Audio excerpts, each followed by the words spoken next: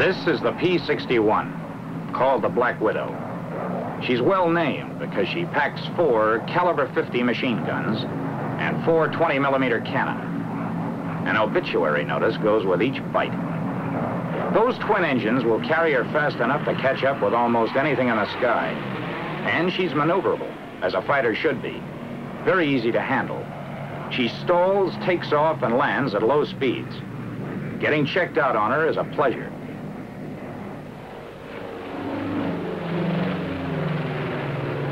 The Black Widow flies the skies in 3 sleek models.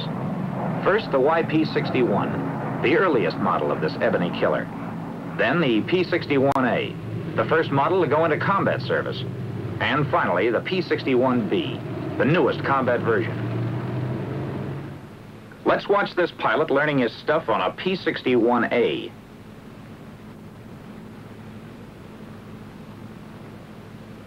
The first thing to do is familiarize yourself with the cockpit. Learn where all the controls and gauges are located. The TO for the airplane is a big help.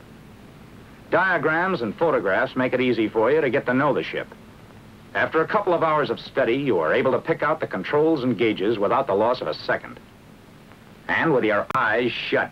That's important because you can't afford to waste time in this fast twin-engine job. And there's no co-pilot around to help you. You're going up for a ride, just to get the feel of the ship. But first you have to check the airplane, thoroughly. That's your best guarantee for living to a ripe old age.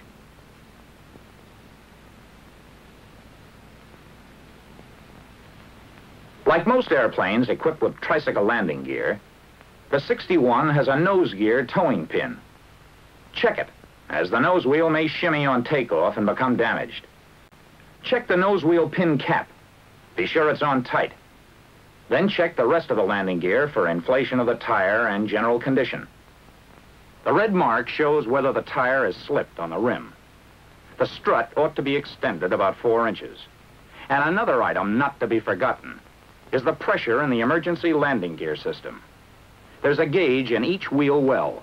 It should show 700 pounds per square inch for the nose gear. Repeat the same inspection on the other 2 wheels. No cuts or bruises. Tread's okay. No slippage. Strut clean and extended around 4 inches. And the emergency pressure? 750 pounds per square inch for the main landing gear. Now to give the exterior of the plane a general going over. Skin's all right. No loose rivets or dents. Antenna mounted securely. De-icer boots okay. No rips or places where oil or gasoline has been spilled. Gun bay doors tight.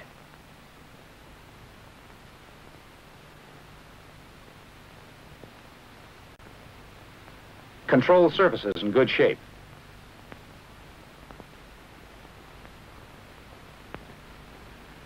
All hatches and doors must be closed and locked. Otherwise, they'll blow open and probably off when the plane's in the air. So each one should be checked. The radar operator's top hatch, rear entrance door.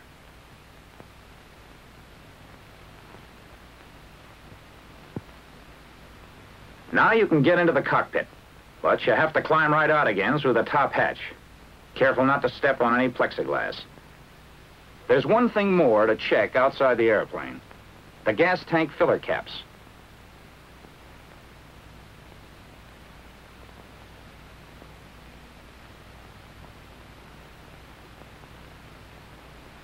Two on each side, and oil cap. Make sure they're fastened tightly in place.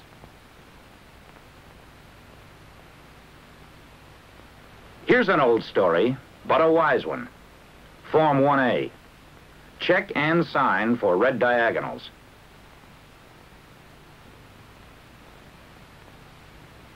Turn on the circuit breakers behind the gunner's seat.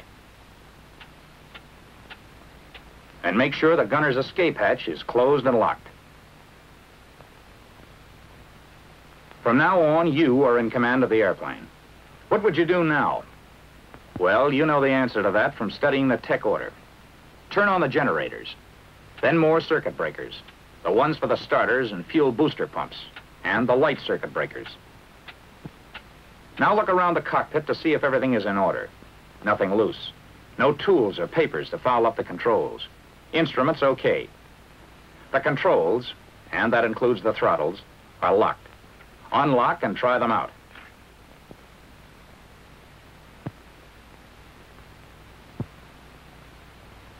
Operate the rudders, elevators.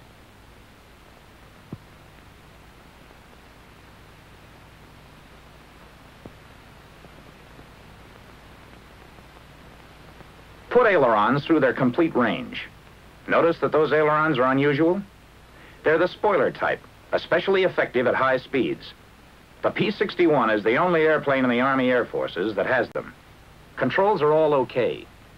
See if all the controls and switches are set properly. Open throttles 1/4 to 1/3.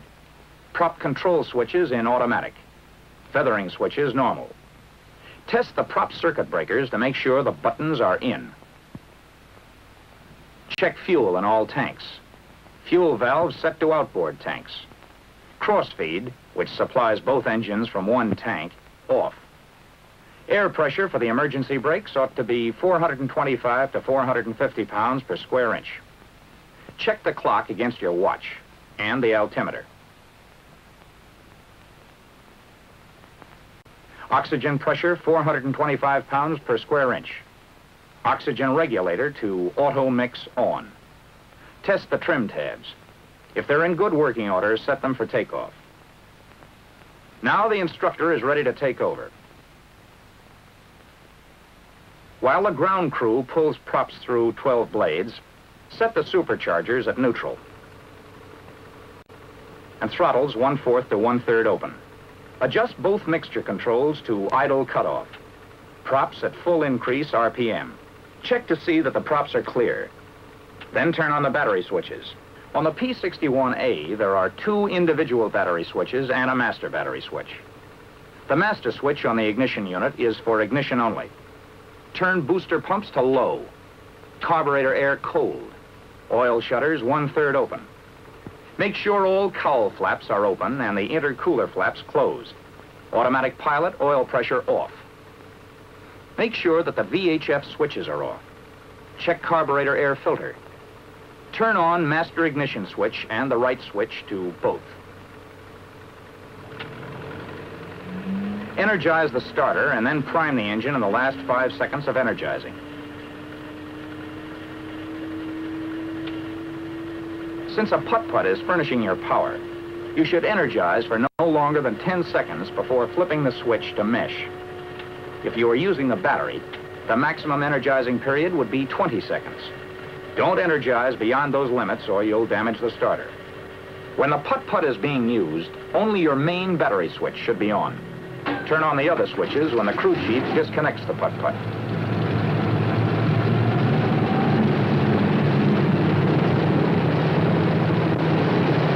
Adjust your mixture control to auto-rich. Close the throttle to run your engine as slowly as possible until oil pressure is indicated. As soon as oil pressure shows, adjust to between 1,000 and 1,200 RPM to prevent fouling of the plugs as a consequence of prolonged idling. Now we're ready to run through the same procedure for the left engine.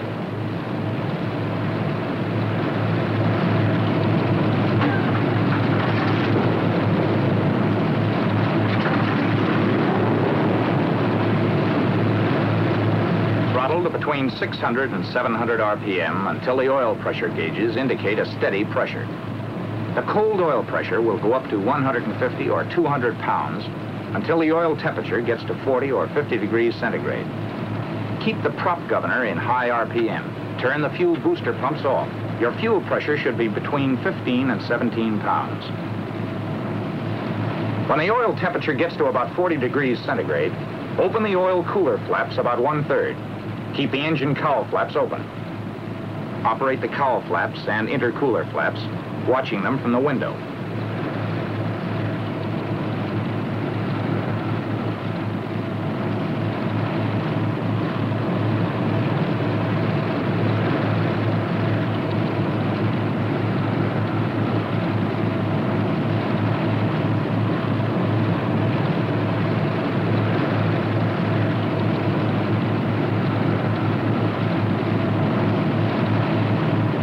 Operate the oil cooler flaps and check the gauge. Check both hydraulic pressure gauges.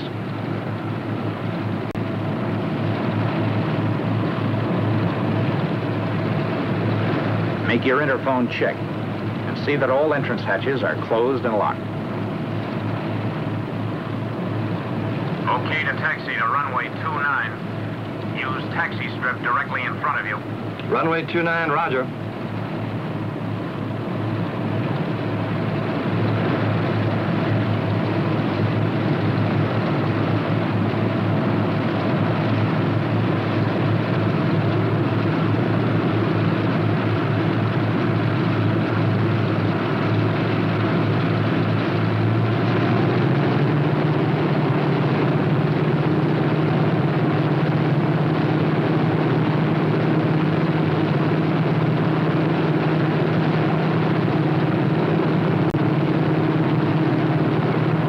Brakes for taxiing as little as possible. This holds good for any two-engined airplane. And when you want to turn, use your outboard engine.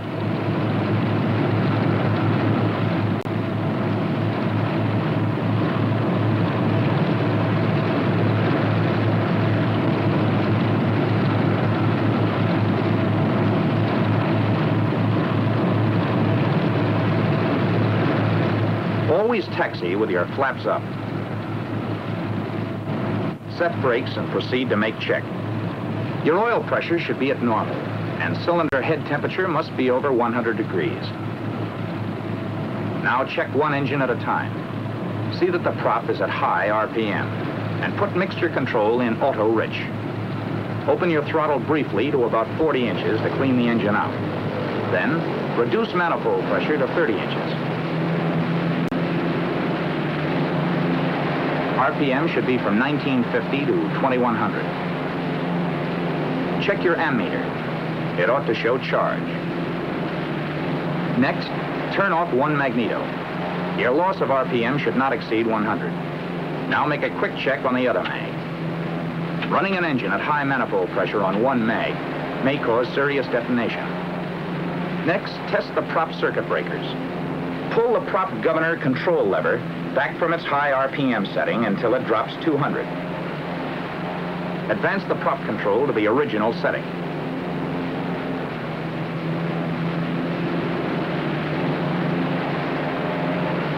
Use the feather switch to check the prop. When RPM starts to drop, switch back to normal position. Put the prop selector switch in decrease. As soon as RPM drops 200, move the switch to increase. When the RPM goes back to 2100, put the switch in automatic. Now go through the same procedure for the other engine. And then you're ready for the final check. Fuel booster pumps at high. Fuel pressure between 15 and 19 pounds per square inch. Prop circuit breakers down. Prop switches at automatic. Prop controls at high RPM. Mixture auto rich. Intercooler flaps closed. Upper cowl flaps closed. Lower cowl flaps open about 1/4. Wing flaps 1/3 down.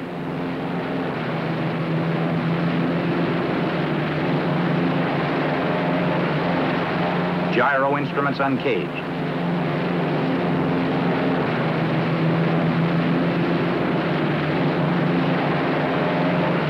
Oil temperature should be between 40 and 90 degrees centigrade. The oil pressure 75 to 90 pounds per square inch at 2,000 RPM. Cylinder heads between 120 to 205 degrees centigrade. Hydraulic and accumulator pressure 800 to 1,100 pounds per square inch. Now you're ready to scramble.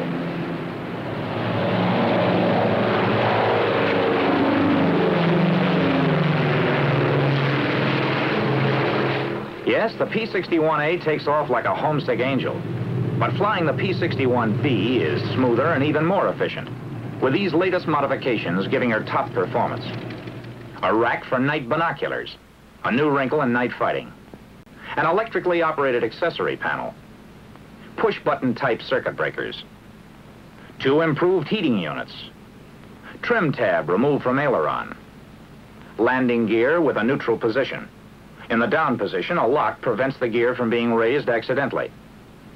Main gear nacelle doors close with wheels down. Taxi lights on the nose wheel. Now let's go upstairs and watch another P-61 go through its paces. A YP in this case. The ship takes off at about 105 miles an hour, indicated without flaps. She'll fly herself off the ground. But now let's see how the P-61 takes off with flaps. Using quarter flaps provides another normal takeoff. Notice that the nose need be raised very little. But if you ever have to take off from a bombed field in a hurry, use 2/3 flaps. Keep nose wheel on ground until you have flying speed, then pull her loose. Climb a few feet and level off to gain speed. The P-61 will take off in a short space if you handle her correctly.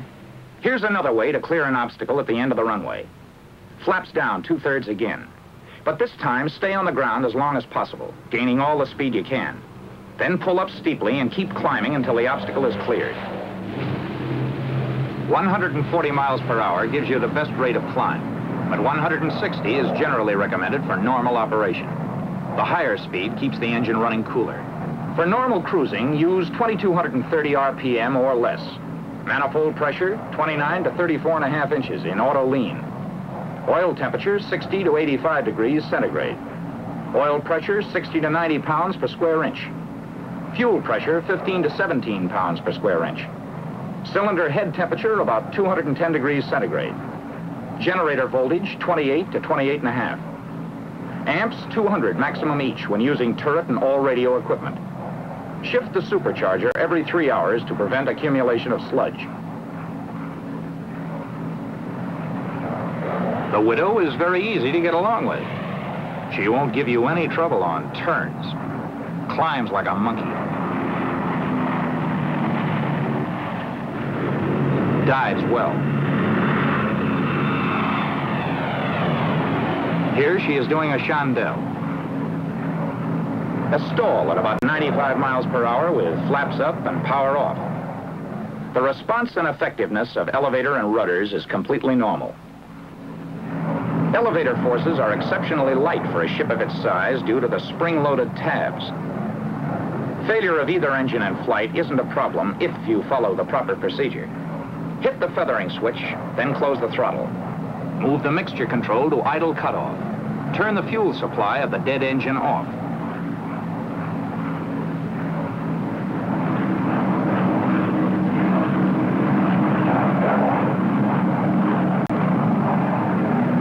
Snap the ignition switch off after the prop stops rotating. Put the live engine in auto rich. And trim your rudder tab.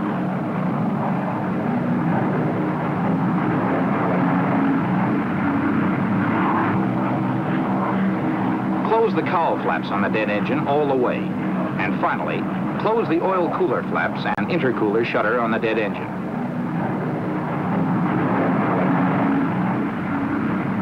Even when stalled on one engine, the Black Widow isn't in trouble. On one engine, you can turn in either direction if you maintain safe single-engine airspeed, have your plane trimmed properly, and remember coordination. And don't be timid about racking her around. You can even do vertical banks into the dead engine if you keep her at proper flying speed. To unfeather is equally simple. Turn the ignition switch on with the throttle closed. Set the prop control lever to the decrease RPM position. Turn on the fuel supply. Move the mixture control to auto rich. Set the feathering switch to normal position and hold the selector switch in the increase RPM until your engine speed reaches 800 RPM. Then release the selector switch.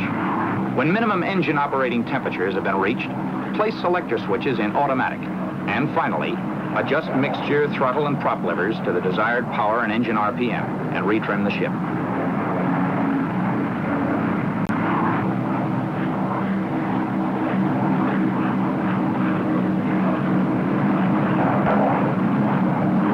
In case of both fuel and booster pump failure on one of the engines, turn on cross-feed valve and the booster pump of the operating engine to high.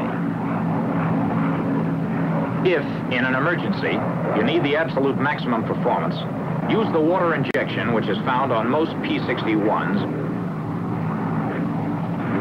Just shove the throttles all the way open.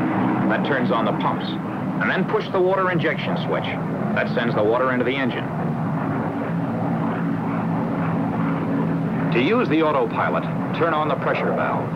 Pressure should be between 100 and 125 pounds per square inch. Trim the ship so it'll fly hands off.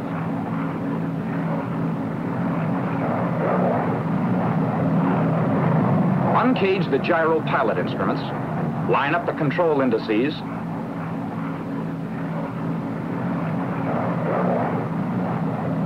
First the rudder, then the aileron,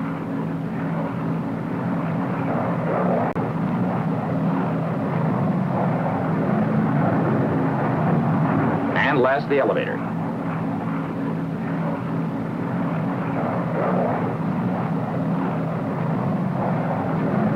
Set the speed valve at 2 or 3.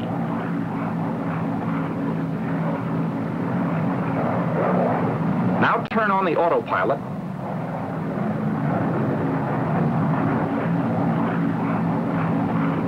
And finally, if necessary, readjust the indices for level flight.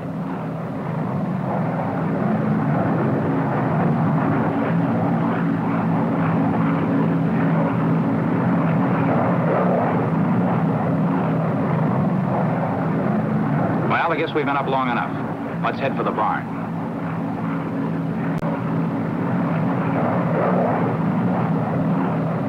Turn the autopilot and cockpit heaters off. Check to see that de-icer and anti-icer are off. Turret stowed. Fuel to fullest tank. Cross feed valve off. Mixture auto rich. Fuel booster pumps high.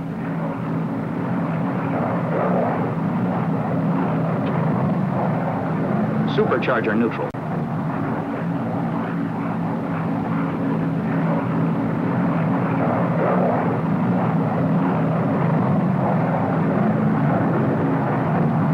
When airspeed drops below 175, lower gear and check it.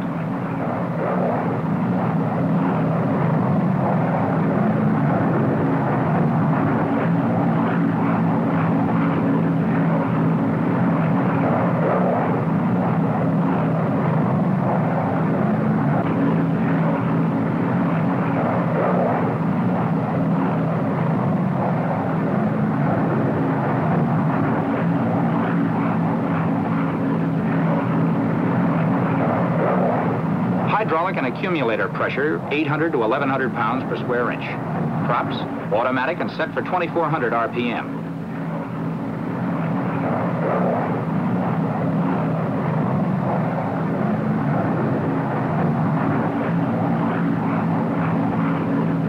And lower your flaps.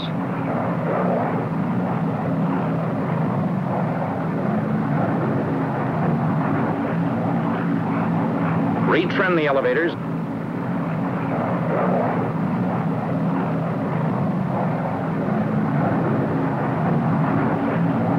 Check brake pressure with your toe.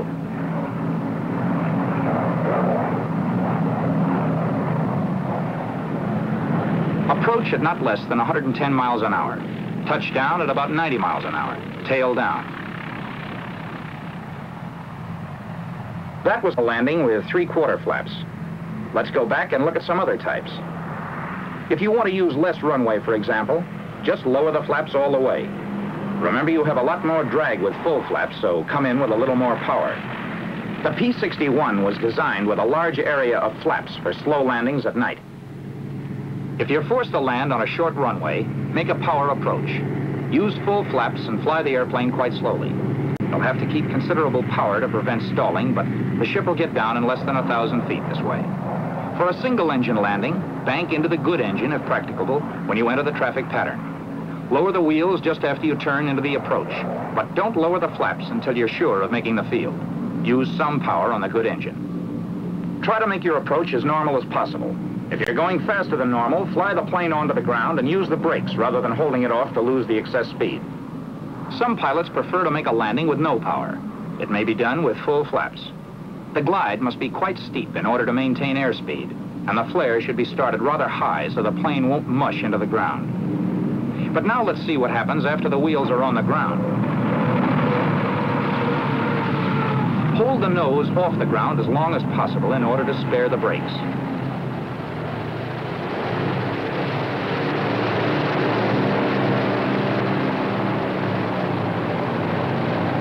After you complete the landing run and come to a stop, be sure the cowl flaps are open and raise the wing flaps.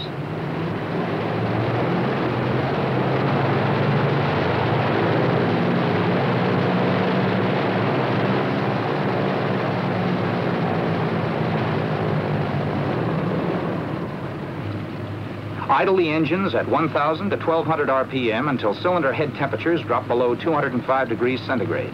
Mixture should be auto-rich, and all cowl flaps open. Advance throttle to 25 inches and pull her back, cleaning out the engine.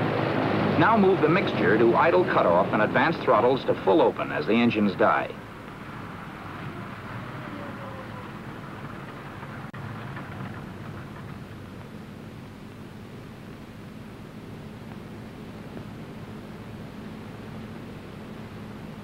Turn off all switches.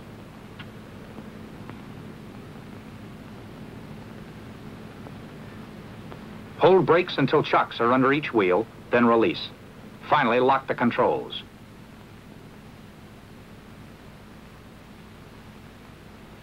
Well, that ends your first lesson in learning how to fly the Black Widow. You have a long way yet to go, but it's usually a case of love at first flight. She's that kind of an airplane. The Black Widow is designed to kill. The fury of her guns and the flaming wrecks of her victims are lighting up dark skies over enemy strongholds. To you who will fly her at night in hard-hitting air battles, we say good luck and good hunting.